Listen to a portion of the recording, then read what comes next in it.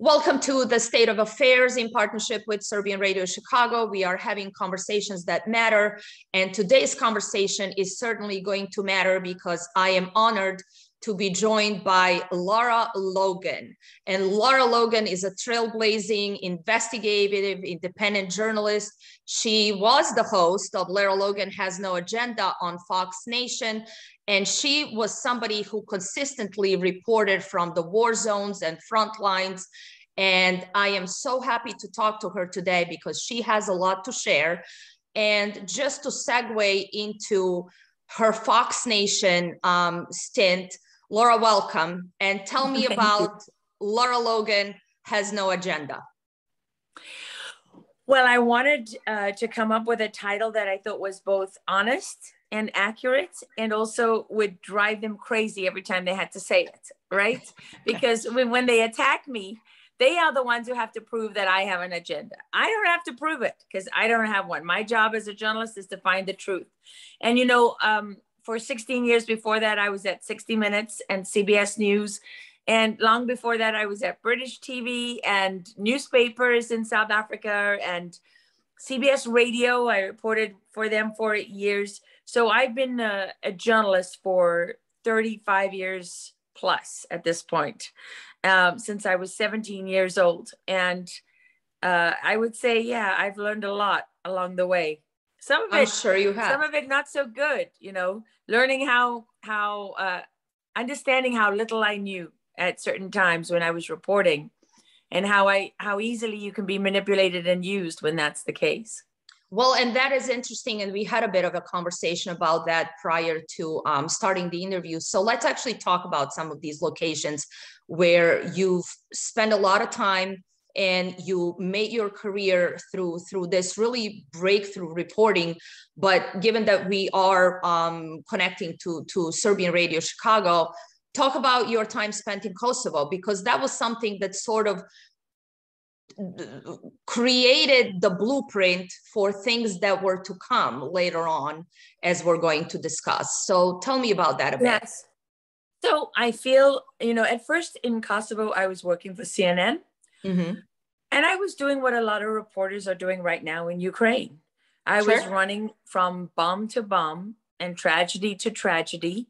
And I was doing my very best to report honestly and accurately and memorably about what I witnessed.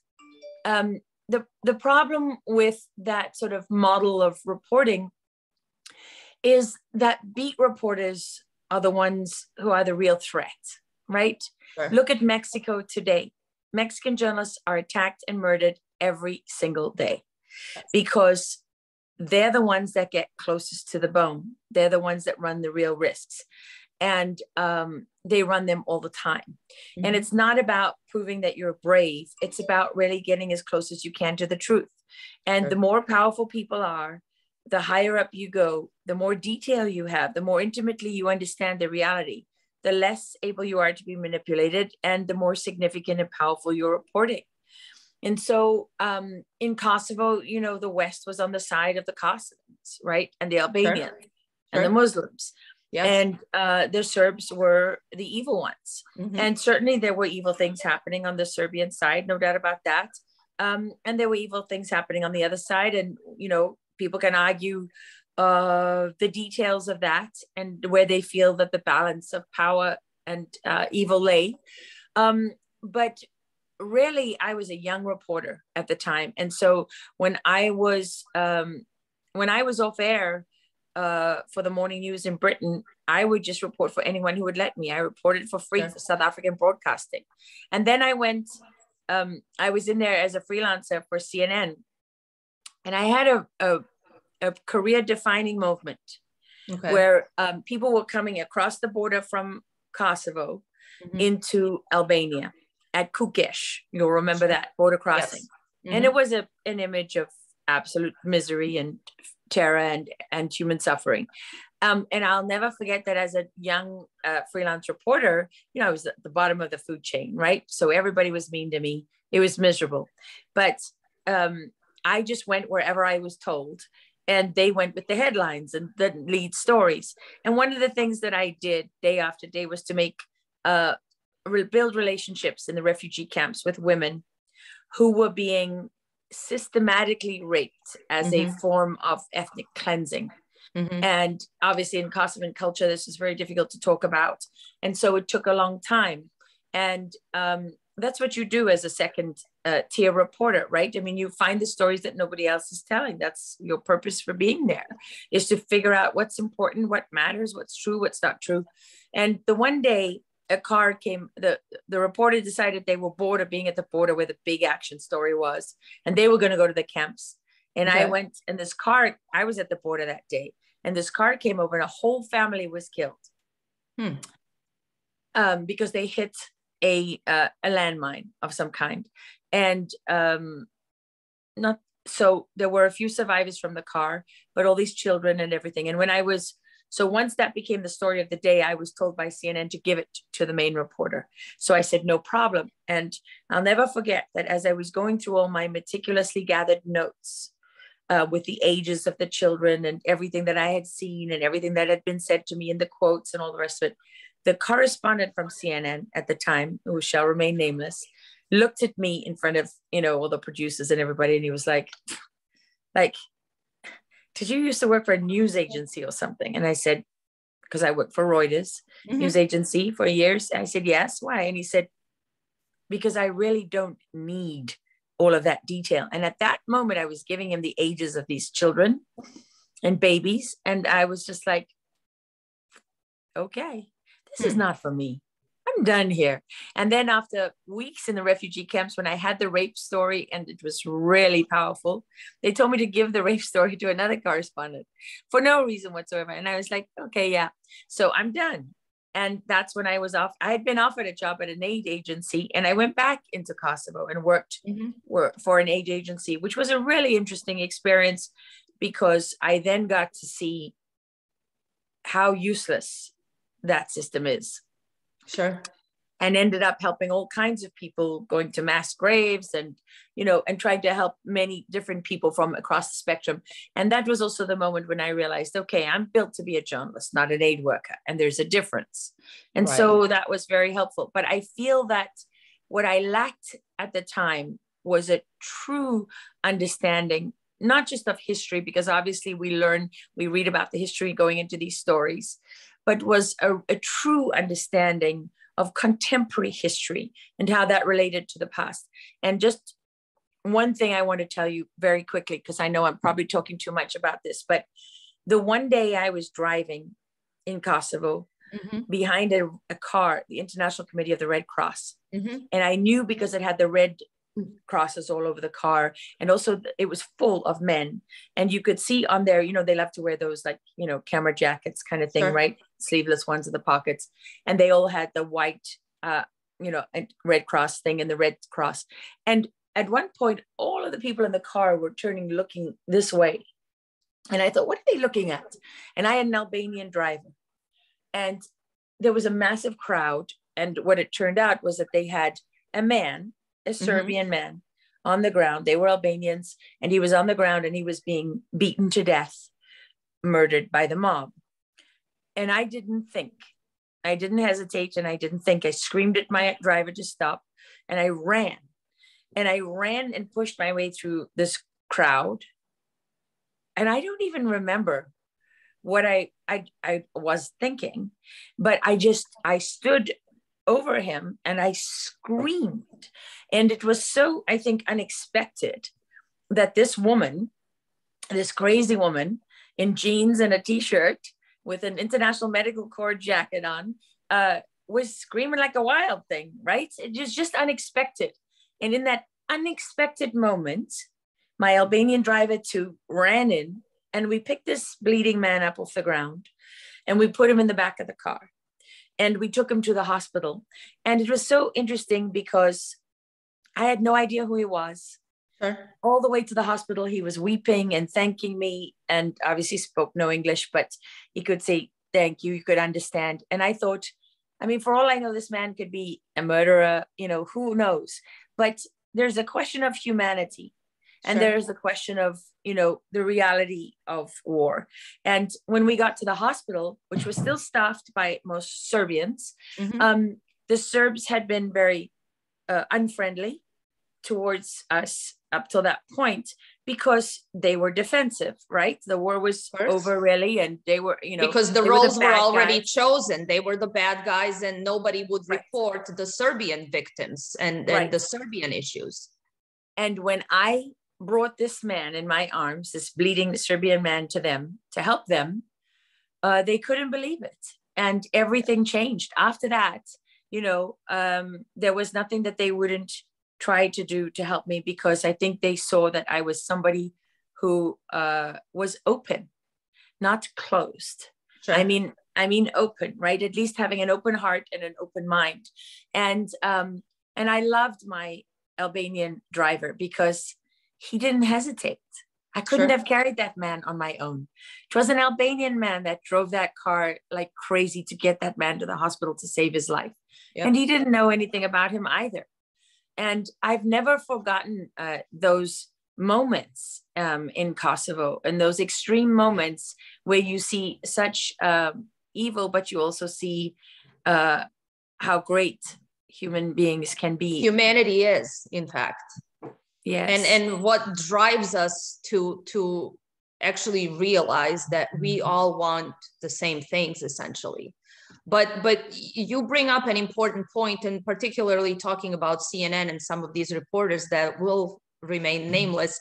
However, we still see them today, and we still see some of these same faces who have built their careers, particularly during the fallout of Yugoslavia and during the Kosovo War. Mm-hmm. And you see the same reporters back on CNN in particular, warmongering and still actually taking the same type of narrative where there is no in between. There is no human story. That's that you just told us. There is the bad guys and there is the good guys for the cause du jour. Yes, like Putin's bad now, right? And Ukraine is good. And that is exactly what brings me to today. Yes. So we only see the conflicts through this predetermined narrative and predetermined box. But so after, and let's talk about something that always struck me as important watching you and watching your career. You always brought up this notion of colored revolution and regime change. And so from the time of you being in Kosovo, but then watching what happened in 2000 in Serbia and toppling Slobodan Milosevic, that was in fact the first time that we have really understood the concept of regime change and colored revolution and what came out of it. Yes, you're right. And I didn't understand it until years later. And really when somebody sent me Popovichs, Popovich's book, right? What is it called? A Blueprint for Revolution. Yes, Sergej Popovich. Yes, and what was so interesting to me was how they had already popularized this concept and built a culture around it, sort of this, this cool contemporary culture around it, where it was like the go-to book for revolutionaries. Yes, and it was hip and cool. Yes. And which really tells you how a couple of things about how they have harnessed the power of what is cool and edgy, and look at all the Che Guevara, T-shirts and movies and things like that. Wait, Che Guevara was not a good person, right? And look at the evil and the suffering that was done by that movement and the innocent people who died. But nobody looks to that. We only look to the Hollywood film that lionizes Che Guevara and turns him into something that's cool and revolutionary. And so revolution is defined and owned then by one side only. And when you look at Popovich's book, what you realize is, wait a minute. I mean, Popovich and the Serbs didn't come up with any of this. No, absolutely not. This came from the same place that Facebook came from. It came from DARPA and the CIA. I mean, it's so, that's not a conspiracy theory. It's proven to be true over time. And by the way, the CIA from the beginning of time has been fomenting revolutions. So why would it be unthinkable that this could come from them? Sure. But you're right. At that time, though, they harnessed it in a different way. They popularized it through pop culture. It was like a MTV type thing. Yes, just in time with technology, right? Yes. Yes, which is a really important part of it, because that's exactly what they did in Ukraine through the National Endowment for Democracy and other NGOs. And NGOs, we've got to come up with a better word for these people, because they're not just yes, we do, non-governmental absolutely. organizations. They are the brown shirts and the SS rolled into one. They're the unaccountable arm of government. Yes, and the permanent agencies. bureaucracy, in fact. They are the permanent bureaucracy, but there's a dimension to them that even that doesn't begin to describe, right? Because they pretend to be one thing, they pretend to be charitable and good, where they're a front for a very radical political agenda that is being implemented deceptively under our noses, and they're everywhere. They're but also Lara, a place so to it's launder interesting. money. Yes. It's interesting that all the laundering money and creating these NGOs, quote unquote, around the world, particularly in vulnerable areas, the so-called transitioning areas, right? Like in Serbia, like around the entire Balkans, like in Ukraine or Georgia or any of these former Soviet Union countries. This is where they can hide all of this nefarious activity from our own laws, but use it, in fact, fast forward to 2020, use it to weaponize it against our own people here. And as we've seen, against our duly elected president. Yes, and along with the criminal networks, right? Which I think is probably why they don't like you. Because we think, and it's a good thing that we think our leaders don't lie to us, our media is independent, that big tech and corporations are their own entities, and NGOs are good people and charities who are trying to help. But actually what you then find out when you start to peel back the layers is that there are these lines between these organizations. They don't exist. No. They're a fact, and the governments of these countries, the pillars of the government serve the NGOs and not the other way around. Yes. And USAID is implementing the Open Society Foundation and Soros and all the rest of their policies. Absolutely. Not the ones that people think they voted for. Absolutely. So that brings me to the entire foreign policy concept that has in fact been proven completely flawed since, let's say, 1990s, at least, it's a where lie. we participate. It's not flawed. It's a complete it's a total lie. Yes. It's absolute nonsense. But so you've been in these areas. Let's talk about Arab Spring. That was a similar concept, right? And they were there, Popovichs and everybody was there on the ground.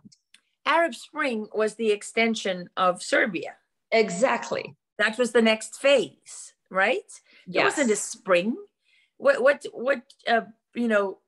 new winds did that blow in that made everybody's life better? Are women less oppressed in Egypt today? Give me a break. Is that the same for anywhere across the Arab world? Are people more free than they were before the Arab Spring? Come on. Is the world better because my Gaddafi is gone? What did that unleash in Libya?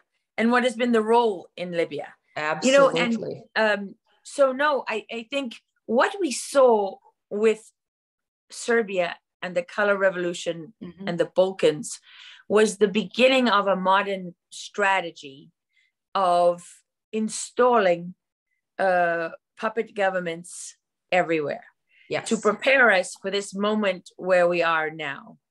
And depending on the history of the place, it depends on the level of your role in where we're headed.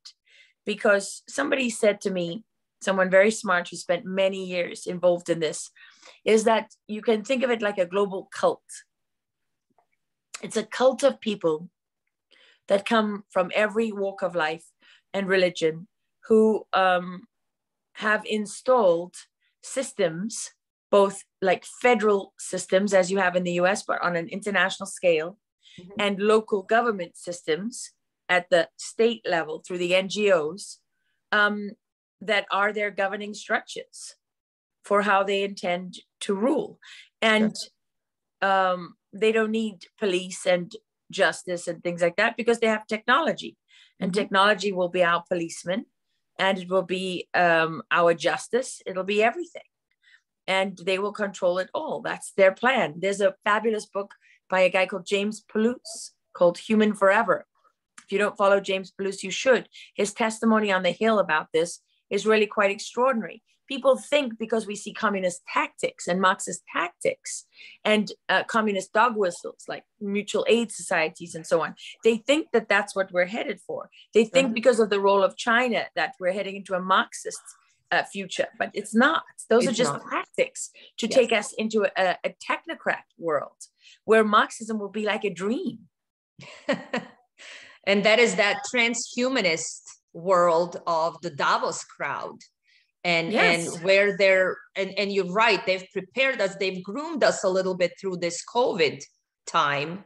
Yes. And now Ukraine, which is fascinating when you really dig deep into what's happening. And we keep bringing up the regime change and colored revolution. A lot of Americans don't have very long memories, but rewinding back to 2014, what happened in Ukraine in 2014? Yeah, well, what happened in Ukraine in 2014 is really at the heart of everything that's going on now, because, you know, in fomenting a regime change, I mean, basically the leader of Ukraine at the time was not prepared to go into permanent servitude under the IMF. I mean, he was resisting, and that's not allowed. It is, you know, not you allowed. have to go along with these international organizations, from the International Monetary Fund to the World Health Organization to the United Nations and so on.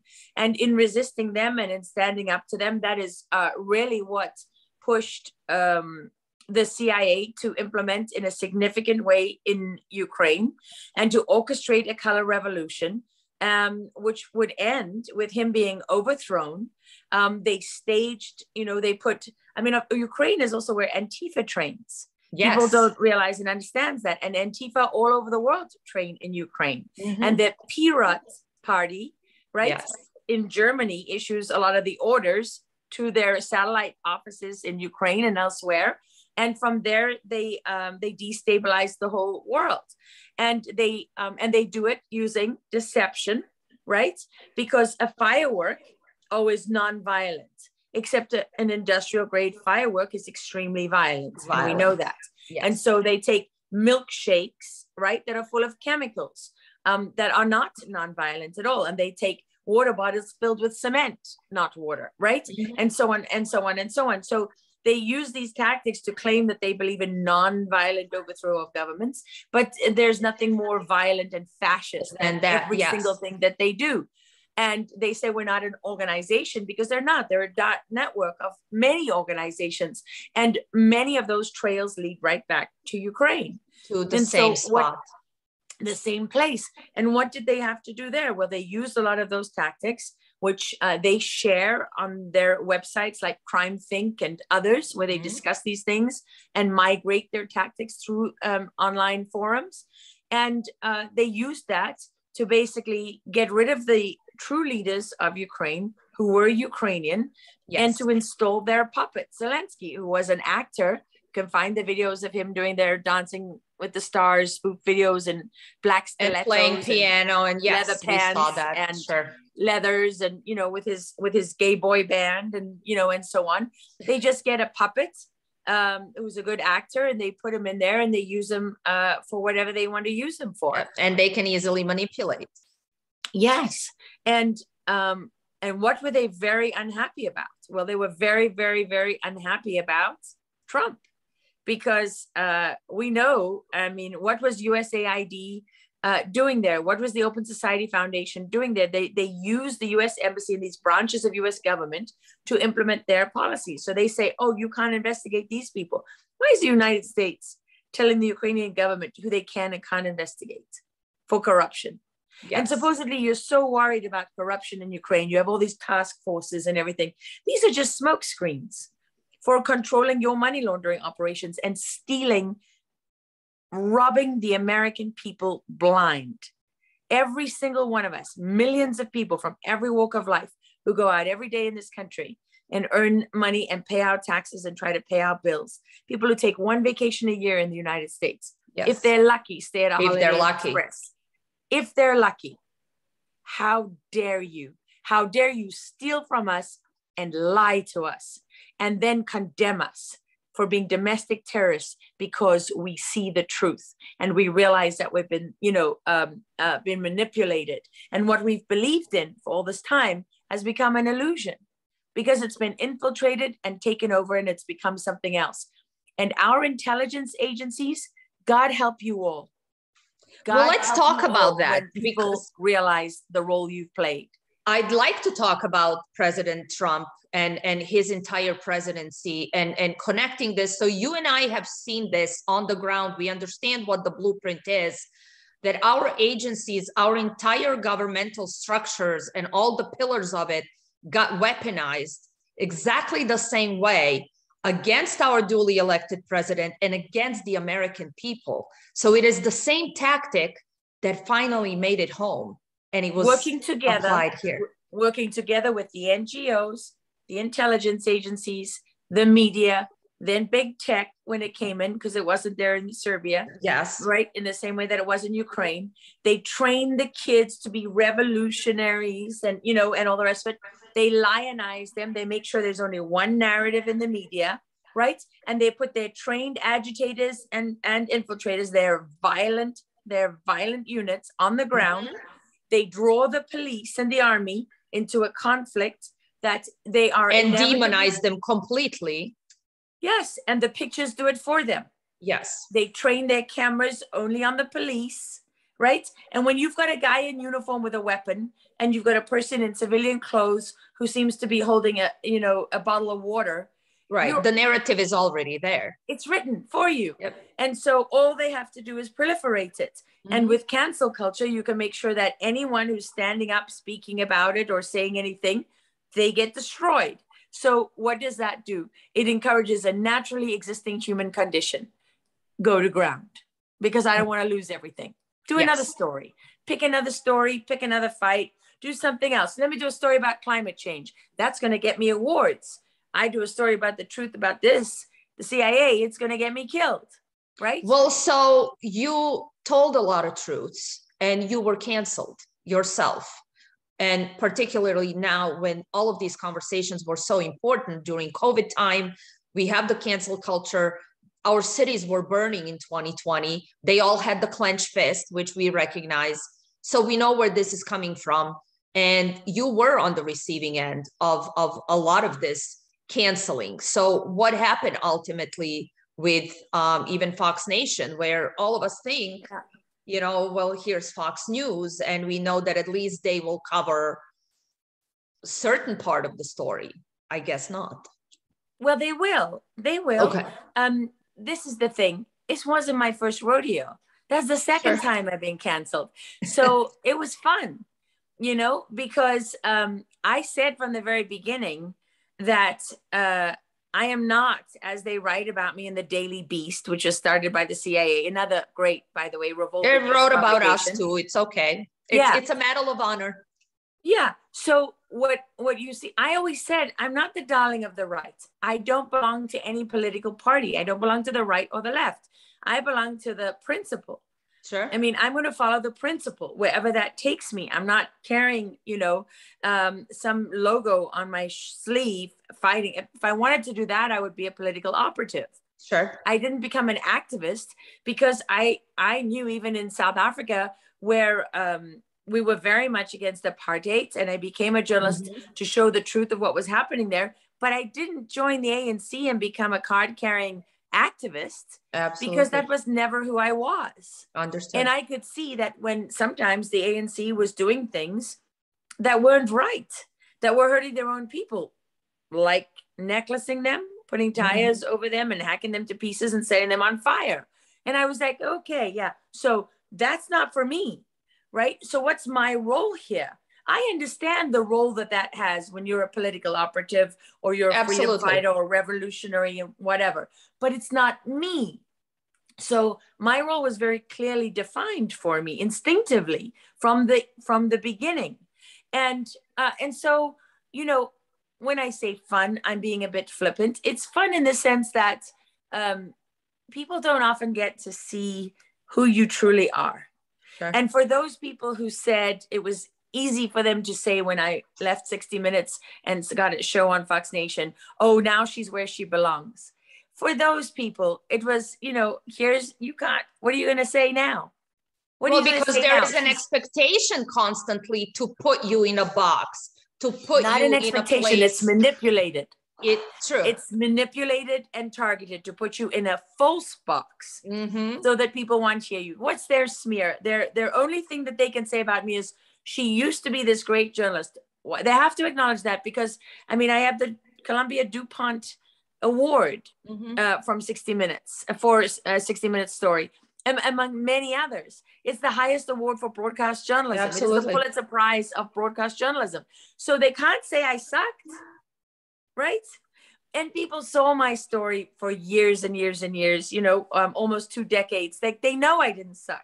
So all they can say is she's gone nuts. She's gone crazy. She's gone to the dark side. She used to be so great. What happened to her? That's the same as ANTIFA says to me in their death threats that they mailed to my home.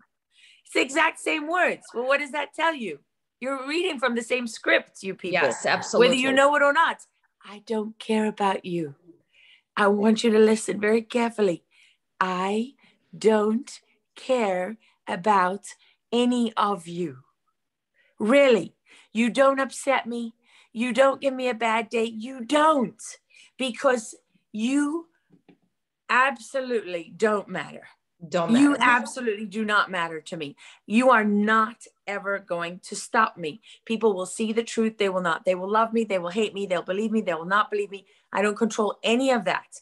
I control only what I am able to do. So I'm going to keep doing my job until the last breath in my body. That's all I have got. And I'm going to be the best mom that I can be. And I'm going to try to make it to the other side, whatever that looks like. And that is the principle, the core principle that we expect, and the integrity that we expect from people like yourself, from the journalists who are supposed to give us information and not condition us. Here's one part I forgot. I like it when you attack me now, actually. I welcome it because you expose yourselves. You expose your tactics. You expose who you are, and people see through it. Millions of Americans today are aware. So bring it on, okay? And that is true. Strategies, they ignore you or they attack you, right? Because on the one hand, they want you to be so unimportant, they can't be bothered to acknowledge your existence. And then on the other hand, when you get too close to the bone, this is why I'm with some other people, I'm going to establish the Press Club of America.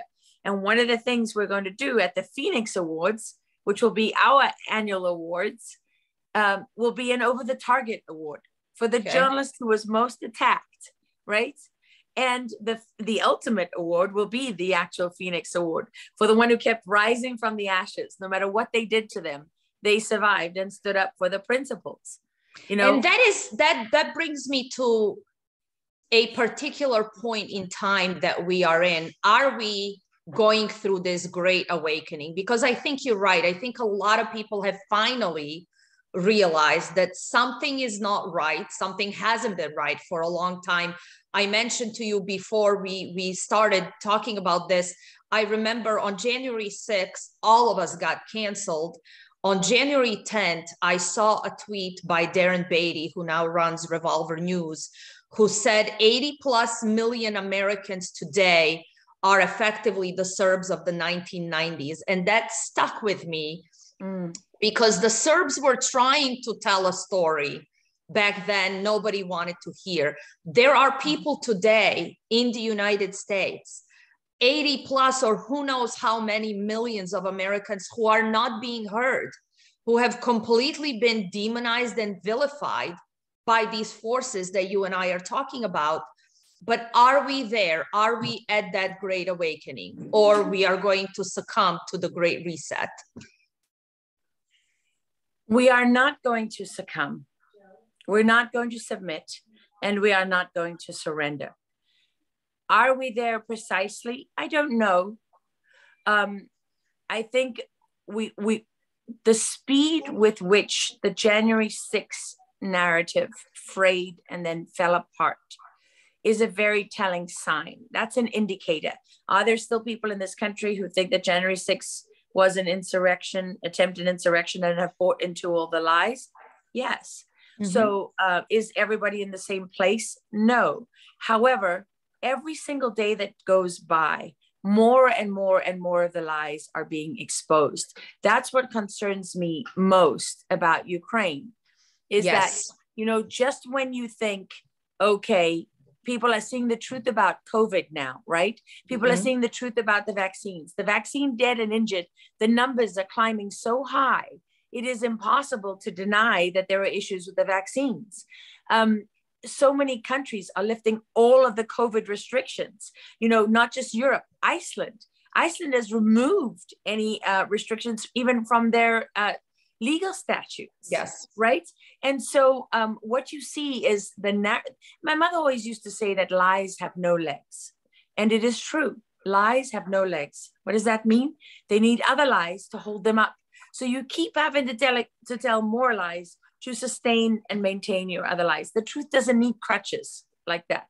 The truth stands on its own and it cannot be changed for good or for worse. You cannot alter the truth. And people say, oh, but it depends, you know, where you come from and how you see it and what you, no, that changes how you see it. That changes how you feel about it. That changes what you want done about it or whether you think it matters or not and all of those things. But it doesn't change it. You and I either spoke or we didn't. We either spoke for this length of time or we didn't. We either discussed the things we discussed or we didn't. You can't alter that. But the lies over time are being exposed one after another. Fauci is pretty much in hiding at this point. COVID. Well, the COVID narrative disappeared and it was overtaken by another cult story, which is Ukraine. Yes. And where do they go after that? And where do they go from there? That's my concern, because when you see Putin showing Russians loading nuclear arms, warheads, right? From the Russian Navy to the Russian military and so on, he's sending a message: don't go there. He is Putin is aware of his own strategic weaknesses and limitations, shortcomings, and absolutely, strengths, right? And so he is very much aware that the nuclear component of this is the greatest deterrent of all, because that should be the thing that every leader in the world, every country, every nation says, "Whew, I care about Ukraine, but we don't want to go there," right? And I think they understand those limits, I would hope. And well, there's no excuse for not understanding them, right? Because you've seen it with your own eyes. Yes. Well, now what we have is a situation where our leaders, instead of responding to that by saying, we're not going to let that happen. That's what you would expect. That would be the natural, normal response from leaders who don't want to escalate. Instead, everything they're doing is trying to goad Putin and provoke him into doing something.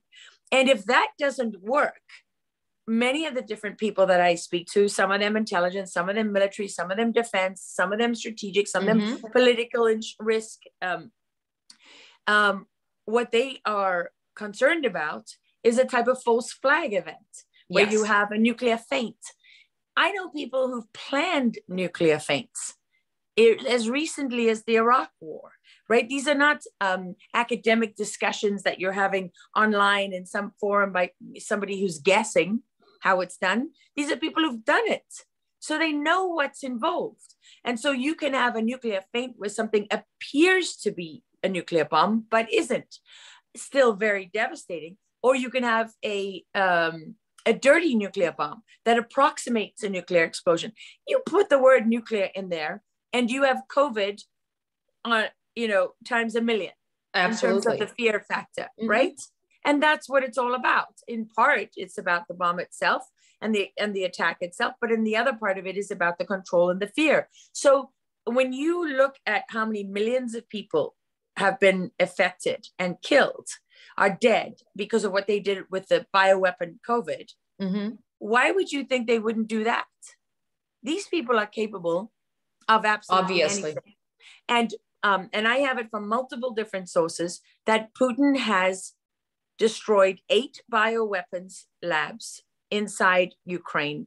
And I'm hearing that there are 11 apparently. There are 11. That's right. I also heard 11. He left the other 3 intact. I asked this specifically because the components inside were too unstable to survive a bombing. And if you look at botulism and other outbreaks that the Ukrainian people have been suffering over the last few years, they are being targeted by these bioweapons. And this fits into a broader pattern around the world. They were willing to use a bioweapon against the whole world. Absolutely. Why would they not use bioweapons against Russians? Other people have told me that these weapons are some of them are specifically targeted against Slavic people. Yes. So if that is true. I've heard that too. And if that is true, well, then that would be a particular concern to people like Putin, right? And not just Putin. And so what I understand, if you look at the demands that Putin has made, he is demanding the handover of 19 Ukrainian scientists who have worked in those facilities. Sure. There are more. I'm told that there are around 30, but that's the number that he's requested. And why does he need them? He has evidence. He has photographs. He has samples. He has what they have discovered on the ground going to those facilities after they've been destroyed. But he wants the eyewitnesses. He wants that when he goes to The Hague, because he's going to be accused of war crimes and they're going to try him. That's one scenario that people have floated. That is being proposed, yes. Yes. And when he goes to The Hague, he has no intention of walking away the loser, because the one who can show the violations of the Geneva Convention and crimes against humanity is going to be him if he has this evidence. But interestingly, you mentioned that because The Hague, in terms of particularly the Serbian perception, if you look at everything that's happened, yes, The Hague is as they call it, a political kangaroo court. So is there really a possibility of a winner of any kind of real justice? Of any kind of real justice? Because again, it is always framed within the narrative and the cause du jour that we took up. And that court will continuously serve that purpose. But I have to say something, and I cannot believe that this is going to come out of my mouth, but I've heard from the American people lately, which is almost, you cannot believe that this is where we are. People have said to me in confidence that they really think that as much as they understand who Vladimir Putin is, that he is now the one who is fighting the deep state. And I just kind of was shocked hearing our Americans thinking this way, because all of a sudden they've realized that even people that they think were allied with the conservative movement or the Trump movement or whatever it was that was the principle, right, that we talked about, all of a sudden they flipped overnight and they cannot understand that now they're finding themselves blindlessly cheering for Ukraine. They're finding themselves again on the same side as the Soros and the Bidens and the Clintons and Victoria Nuland, who's handing out baked goods on Maidan, and the brainless celebrities and the virtue signaling. So people have woken up. Without a doubt, more and more people are waking up every day. I don't know. It's unknowable if it'll be enough at this point.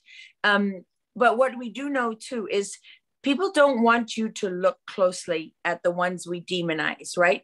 They don't want us to know anything about Putin. He's only allowed to be an unsympathetic figure. And there is plenty there that you can criticize Putin for, and, you know, and some terrible things that he's done and still doing.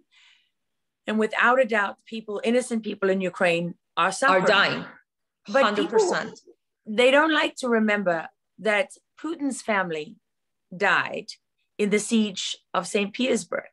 He lost his mother there, I believe. Yes. Maybe his grandmother as well. Mm-hmm. And what was the siege of St. Petersburg? That was during the Second World War. That was the Nazis. So when Putin says, I'm going to rid Ukrainian military of Nazis, it's not just professional for him. It's not just strategic. It's also personal. Yes. And I know there are people who will be jumping up and down about this because they'll talk about, you know, what Russia did and all the Jewish people who died in Ukraine, but they don't want us to look at Western Ukraine. right?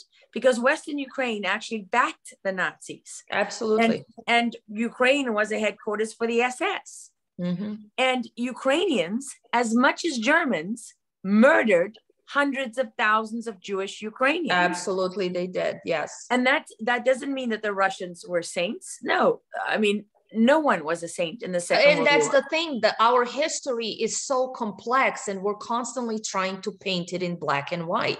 Of course. And that's a warning sign. Whenever you see that we're being painted into a corner like that, you know that that is a sign that you should look outside the box, that you're being trapped in, because it is a trap.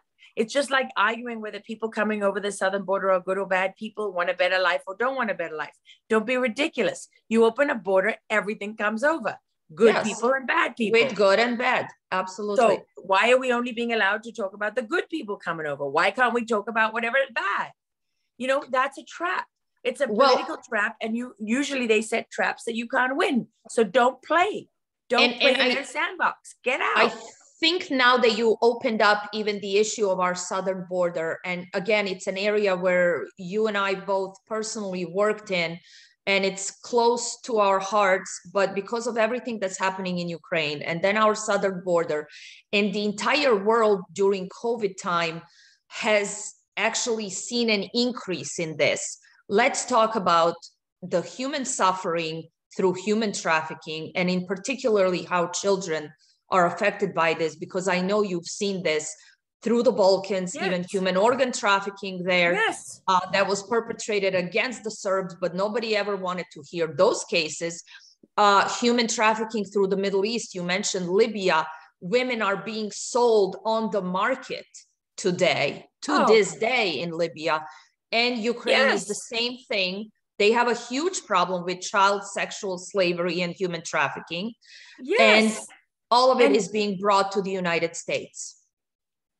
And proliferated all over the world. Yes. And look, just do yourself a favor if you care about this, and look at what is happening to the Nigerians who are coming up through Libya. What is happening to the Nigerians at the hands of human traffickers?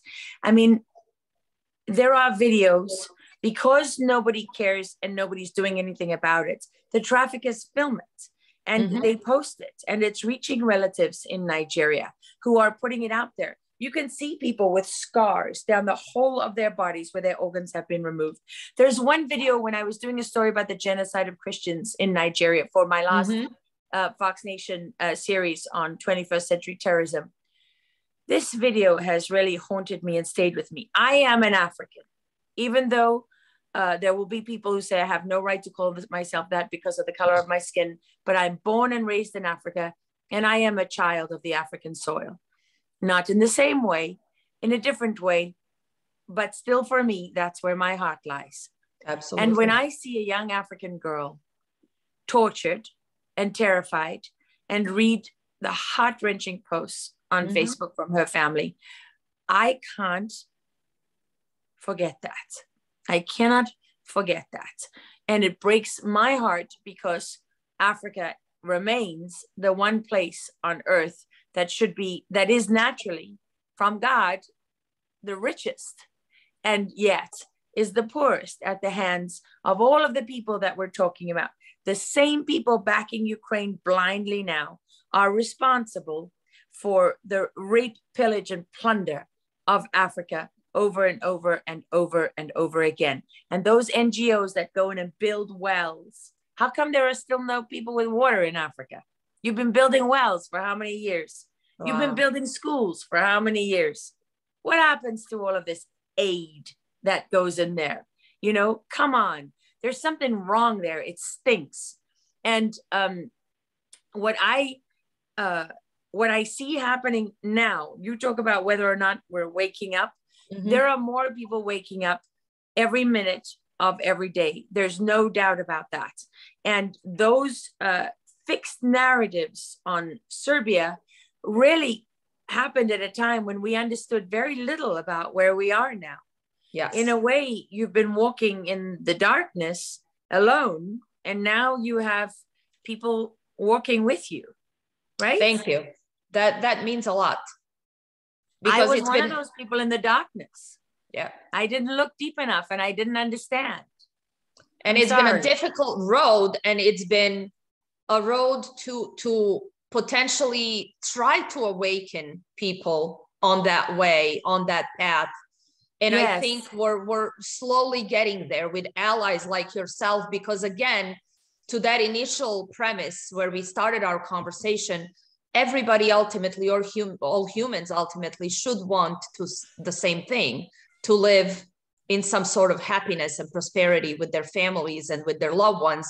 And that's that ultimate American dream that we always thought of. But the American dream is slipping away from us. Many flocked to these shores knowing that this is the one place where they can have that. And now that is being stripped away. It is being ripped away. And many of us have lost our homes. We cannot afford to lose this one. And you know what? It's not slipping away. As you first said, it's what you said after that. It's being stripped away. It's being taken. Away. Yes. It's being taken. And it only seems like it's slipping away because we don't see the hidden hand behind it. And that's what you're talking about, is people realizing that we've been deceived, and people everywhere have been deceived. And the outcome is not known at this point. That's the reality, is that it's uncertain which side will prevail. I believe in my heart that what is good will always prevail over what is evil. But we're at a point of confusion and chaos where these forces are really in war. We're in the midst of a Serbia in the midst of spiritual war, in fact. Without a doubt, you see it everywhere. I mean, when you have people saying that it is okay for grown adults to have sex with children, where that is a spiritual war. When you have people saying you can give birth, and if you don't want the baby, you can let it die. That is I don't care what you say, that is a very clear-cut line. You don't give birth to a defenseless child, have a newborn baby, and let it die, and say that that's okay. And then legalize it and institutionalize it. Oh, no, no, no, no. And when you're saying we can't call people pedophiles, we have to change it to minor attracted persons. And your newspapers are writing articles, USA Today Life, saying that not all people who have sexually assault or rape children are pedophiles, right? And not all pedophiles sexually assault and rape children, as if this is some kind of justification. I don't want people to suffer. I can think of nothing worse than being a human being grappling with whatever, however this arises. With whatever demons they have, yes. But children are our first responsibility. Absolutely. Because that is as close as it gets to pure. And it has always been the way. As a child, when I was growing up, my mother would talk about, you don't want to be a pedophile in prison, because it doesn't matter who you are. It doesn't matter how violent a criminal or whatever you've done, how many people you've murdered. The one thing that nobody will accept and tolerate is pedophilia. And so they even have to put the pedophiles in a separate place so they don't all get murdered. Absolutely. And today we're at a point where YouTube is promoting stars like Shane Dawson, who are joking about being pedophiles and joking about pedophilia and normalizing all of this and then glorifying it. And you've got librarians and the American Library Association putting books about teaching young boys how to pleasure grown adults throughout libraries across America. Which is added to the curriculum. Yes. And then I've got people talking to me about, do you know about Drag Queen Story Hour? And I'm like, I'm looking at them like they're the crazy ones, except I'm sorry, the American Library Association are the crazy ones. They're the ones who put drag queens half naked into libraries to read storybooks to little kids. And we paid for that with our tax money. Yes. And that is, I guess, the final frontier of a collapse of a society. When you are in fact ready to sacrifice your children, I think there is nothing There's no deeper hole that we can, nothing beyond that. There's no, and we are there, and we've seen it through COVID. People were literally ready to sacrifice their children for someone else's benefit. And we are seeing it through all this grooming of all kinds. Yes. And right now, today, more people, more women, children, and men are being trafficked. Yes. For labor, but also for sex, than at any other time in our modern history. Exactly. And we're okay with it. We just accept children will be raped in our towns and cities all across America every day. They will be raped and murdered. There will be snuff videos. We've got people buying live rapes online. Yes. On the dark web and watching them be raped and murdered, tortured and harvested. And we don't say a word about it. But somehow the fact checkers can actually look at every single post that we post, but they cannot remove these videos. Somehow. And the fact checkers somehow have access to information where they can definitively claim that none of this is true. What a gift. What a gift. What a gift. Amazing. With that power, you would think you might be able to do something more than constantly try to deny something that we know is true. I want to know, where are the physical therapists and the doctors who have treated some of these children? Yes. Where are they? It's time.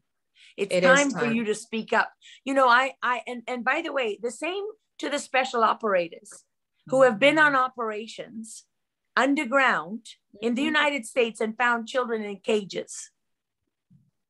And seen it with their own eyes. Our US Marshals. And so that was something that President Donald Trump was really big on. And he started that task force, and there was a lot of movement and busting these pedophile rings, but media really didn't care a whole lot about putting that narrative out. It was a shock. Yeah. But so what is it about the human condition that consistently either lives in denial that this is not happening? Because you and I both know that even babies with the umbilical cords are being trafficked and sold for sexual pleasure. I mean, this is how depraved this world is, but somehow I guess humanity cannot accept that this type of evil exists. So we keep pushing it away. I think that's but it's out there and it's on our doorstep, and it is conditioning our children, unfortunately, as you mentioned, even through our schools. You know, this is what I would say. They take our strengths and they turn them into weaknesses. It is a strength that most of humanity cannot conceive of that type of evil. It means that they're not evil. Yes. It means it doesn't exist in them. And it's beyond, it's so far from their reality that it is inconceivable. And so that is a strength, because it means that the good in all of us is stronger than the evil. But they figure out a way to take our strengths and they use those strengths against us, and they use it to their advantage and they exploit it. So we are in a situation where that is being exploited. That's one part of it. The second part of it is that for the other part of our human condition are our weaknesses. And most people are followers. If they were not, then the leaders wouldn't stand up, right? The leaders wouldn't stand apart. We wouldn't make movies and books about them because they would be common. Well, what does that mean? It means that the leaders have to stand. You can't ask every person to stand. It's not built into every one of us. But at least you can ask them to stand in their way.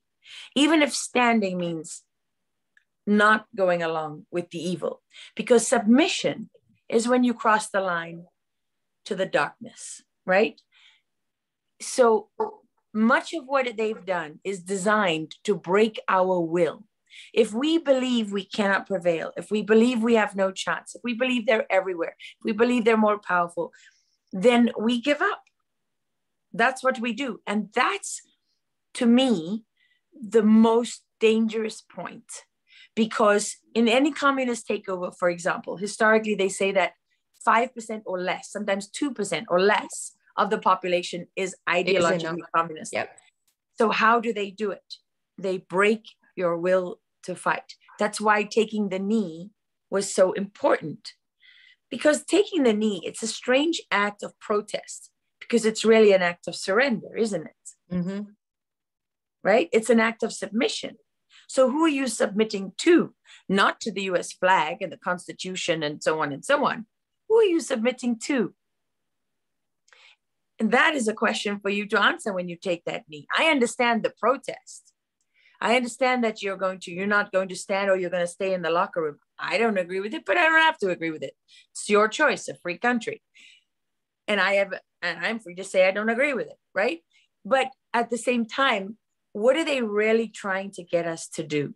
When you have white women on the street, and they love this popular thing that's been created of Karens, right? A Karen is a spoiled white woman. Karen is an instrument of hate. That entire meme and everything goes with it is an instrument of hate. It creates a preconception that every white woman is a spoiled bitch, right? And they need to be treated a certain way. And we now have to prove that we're not like that.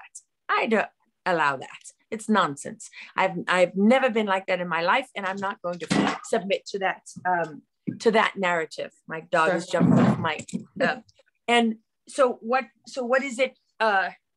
Armageddon, yeah. Okay. So what is it really about?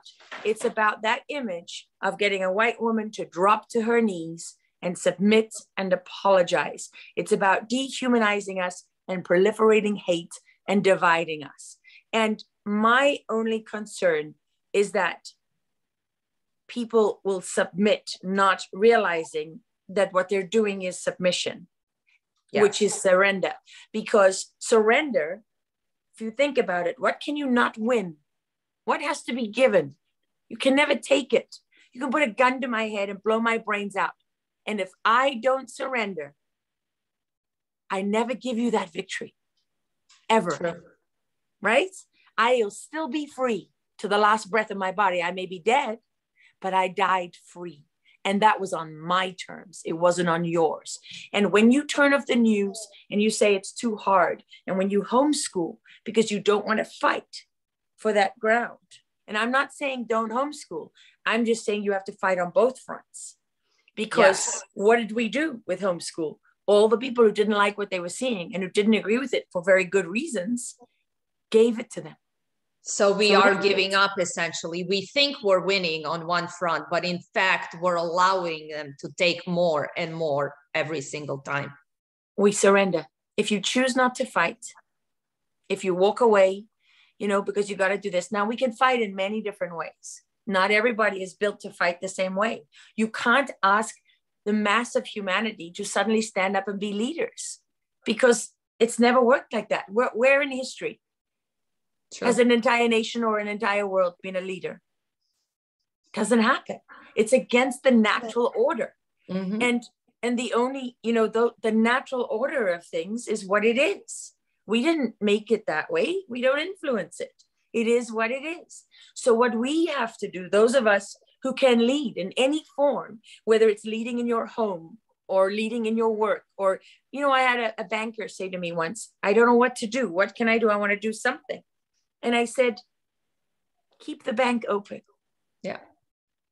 For anyone, no matter what their politics, because that's the principle. And if all you do is be the one that stops that bank from closing people's accounts for political reasons, that's a victory. Fight in your corner if you want to. No one's asking you to be somebody you're not. We can't be what we're not. And we shouldn't try to be. Be who you are. And then we have to see. We don't know how it turns out. But know that there are people fighting all over this country and the world. And the world. Okay. Yes, there are some very significant things that are happening behind the scenes. People are fighting unpaid. They're fighting unrewarded, unrecognized. They're risking everything. They are not breaking the law. They are not insurrectionists. And, and stop. I think the one thing, though, that people can really do, don't fall for the false narrative so easily. Don't follow so blindly, right? Yes, sure. We're all followers to a degree, and not all of us can be leaders, but we all can ask questions. Questions. Yes. Question everything. And even these blind narratives. Including me. Including me and you. Question what we talked about. You know, absolutely. Call us out. You know, agreed. We don't know everything. We're not right about everything. Teach us something. We want to learn, don't you? Absolutely. And we'll close with that. Lara, thank you so much for joining us today. What a pleasure to have you on. And I'm sure we're going to do some great work together and do this. I really hope so. Again. I want to do that with you. And so we'll stay in touch, okay? Absolutely. Because you have missing criminal pieces, right? Yes. And others and I have some missing pieces from my experiences. And those things together can give us a bigger picture, because they're fighting on every front. They don't pick and choose. They fight on all those fronts. And so what's left for us is to fight the good fight. Yes. Thank you so much. I have to get my son from the ice cream parlor on Main Street. Oh, good. Thank you. Well, have a great day. Thank you so much. Thanks. Okay. Bye-bye. Bye-bye.